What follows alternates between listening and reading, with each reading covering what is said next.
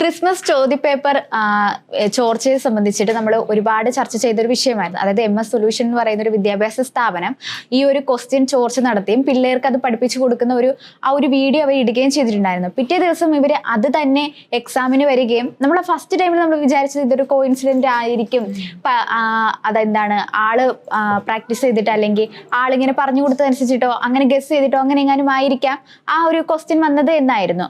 പിന്നീടാണ് കള്ളങ്ങളെല്ലാം പൊളിയുന്നത്. ഇപ്പോഴത്തെ ആ ഒരു ഷുഹൈബ് എന്ന് പറയുന്ന MS സൊല്യൂഷന്റെ ഉടമസ്ഥനായിട്ടുള്ള ഷുഹൈബിനെ പോലീസ് അറസ്റ്റ് ചെയ്തിരിക്കുകയാണ്. ആള് നേരിട്ട് വന്ന് അറസ്റ്റ് രേഖപ്പെടുത്തുകയായിരുന്നു. അതായത് വീട്ടിൽ പോയിട്ട് ഒരു അറസ്റ്റ് രംഗം സൃഷ്ടിക്കാൻ ആൾക്ക് താല്പര്യമില്ലാത്തത് കൊണ്ട് ആള് നേരിട്ട് പോലീസ് സ്റ്റേഷനിലേക്ക് പോവുകയായിരുന്നു.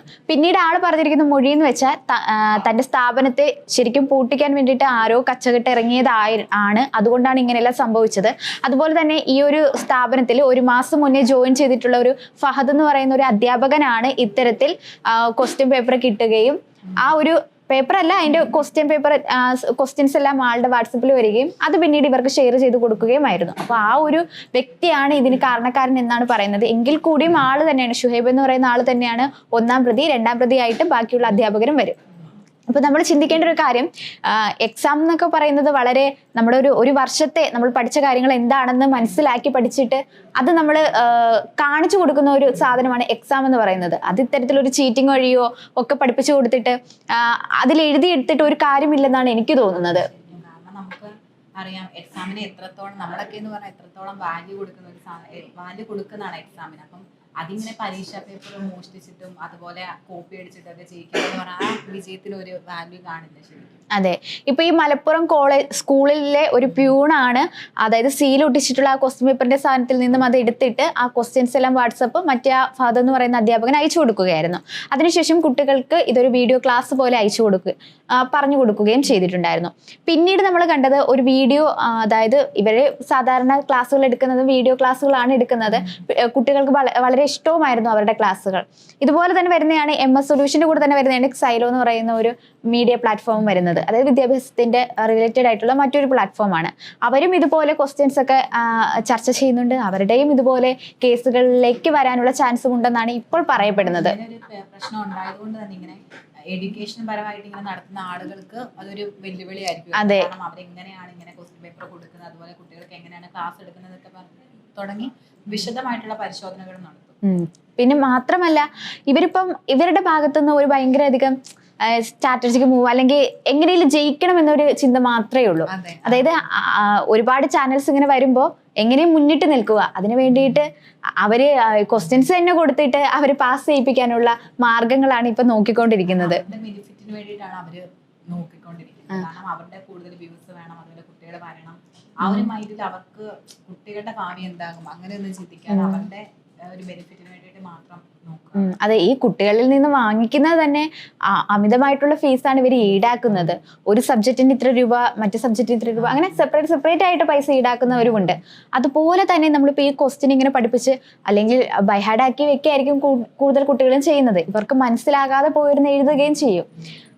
ഇത്രയും നാൾ പഠിച്ചതിന് ഒരു ഗുണമില്ലാതാകുന്നു എന്നതാണ് ഏറ്റവും സത്യമായിട്ടുള്ള ഒരു കാര്യം. കാരണം അവർ ആ ക്വസ്റ്റ്യൻ പേപ്പർ ക്വസ്റ്റ്യൻസ് കൊടുക്കുമ്പോഴത്തേക്കും അത് തന്നെ ഫോക്കസ് ചെയ്ത് കുട്ടികളെ പഠിക്കാം. അപ്പം നമുക്കിപ്പോൾ എന്തുവാ, ഇപ്പം നമുക്കിപ്പോൾ ക്ലാസ് ടെസ്റ്റിനാണെങ്കിൽ നാളെ ഈ പോർഷൻ വരും എന്ന് പറയുമ്പോഴത്തേനും ആ ഒരു ഫീൽ ആയിരിക്കും. കാരണം നമ്മൾ അല്ലാതെ ഒരു എക്സാം എന്ന് പറയുമ്പോൾ നമുക്ക് ഈ എത്ര ചാപ്റ്റേഴ്സ് ഉണ്ടോ അത്രയും എവിടെ നിന്ന് വരും എന്ന് നമുക്കറിയില്ല.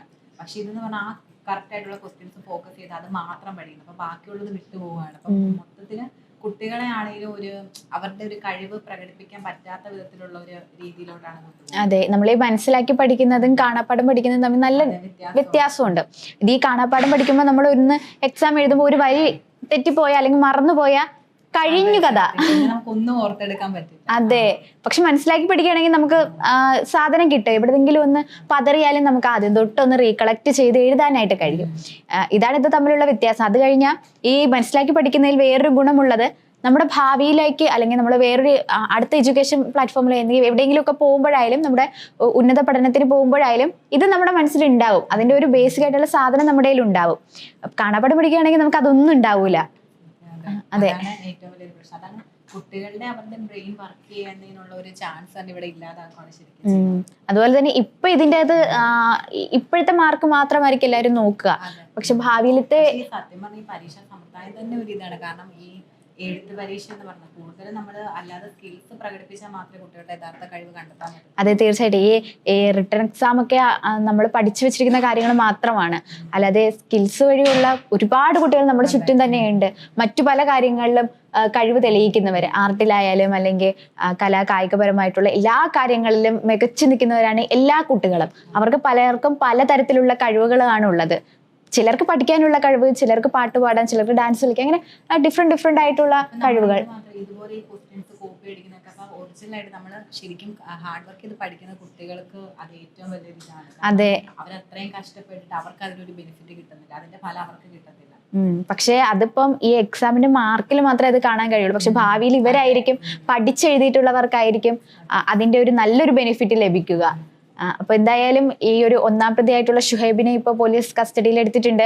ബാക്കി വിവരങ്ങൾ എന്താണ് ശരിക്കും സംഭവിച്ചെന്ന കാര്യങ്ങൾ കുറച്ചും കൂടി ഡീറ്റെയിൽ ആയിട്ട് അറിയുന്നുണ്ട്. ഈ പ്രതിയും, അതായത് പ്യൂൺ എന്ന് പറയുന്ന പ്രതി 2-ാം പ്രതി ആയിട്ട് മാറ്റിയിട്ടുണ്ട്.